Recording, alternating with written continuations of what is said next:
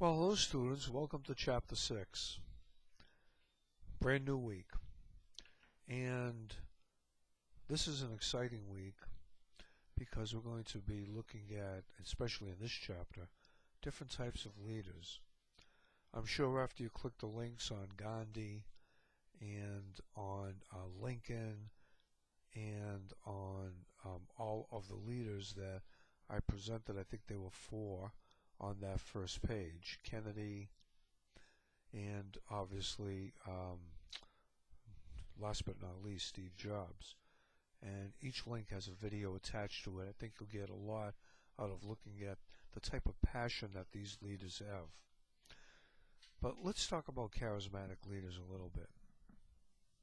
Charismatic leader can be good or bad, but they have the ability to be able to get their audience to follow them.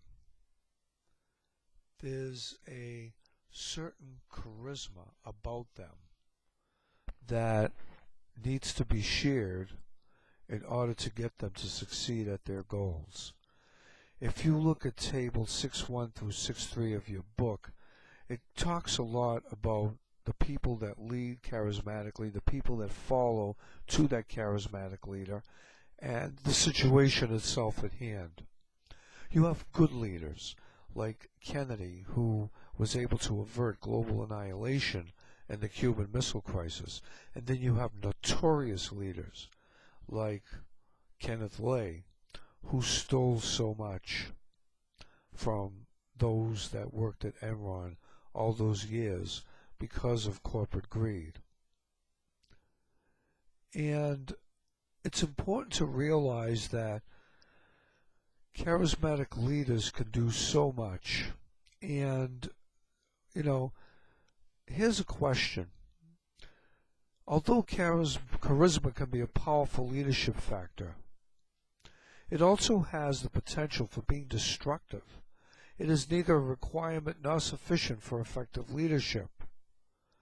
Charisma has to be accompanied by all of the other things that we put into leadership, like leadership traits.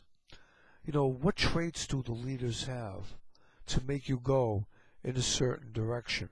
Transformational leaders. These are leaders that come into companies that have gone under, and they turn them around.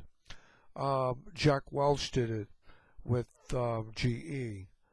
And we also know that people who had come into companies like Steve Jobs, they threw him out of his own company. Then he came back and he went into music from computers. He was able to transform a company that was once great and make it great again. So these are people that obviously have a lot of vision. These are people that lead change. And then you have people like Mother Teresa and Gandhi, who were servant leaders, and Pope Francis. As soon as you get through viewing this video, you're going to view a video on Pope Francis, and then you're going to do a threaded discussion about him.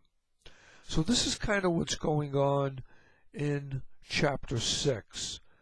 And the other thing that I think that is important in Chapter 6 is that you pay attention to some of the factors that have to do with people that have built value-based models.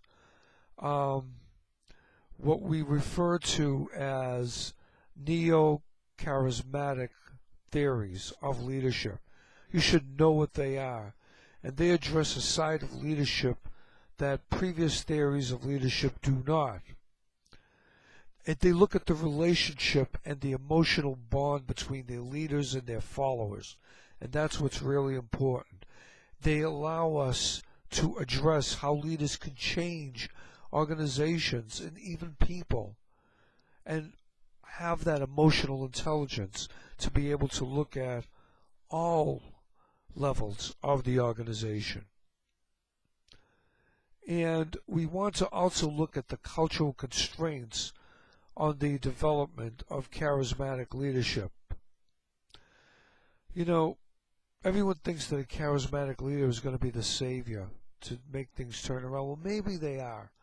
But when you look at charisma through the centuries, those that had it, Jesus, Gandhi, Buddha, on the negative side, Hitler, Genghis Khan, Julius Caesar. These are individuals that were able to motivate the actions of others. So what type of a bond did they have? What type of risk did they take? Did they have integrity? Were they trustworthy? Were they good communicators? Did they have enthusiasm? Good communicators are essential for leadership. Empowerment. We listened to Jillian talk about how she empowers her team. Would you consider her a transformational leader? Then finally, you want to compare and contrast value-based, authentic, and positive leadership traits with other things that focus on the relationship between leaders and followers.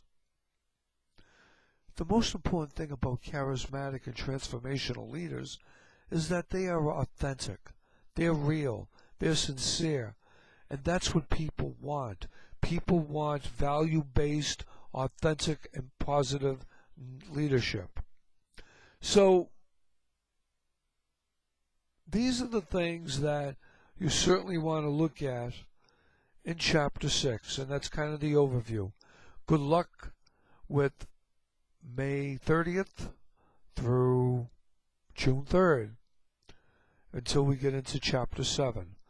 And you will have, in this particular chapter, a threaded discussion on charismatic leadership as presented by the Pope Francis video. Have a good week.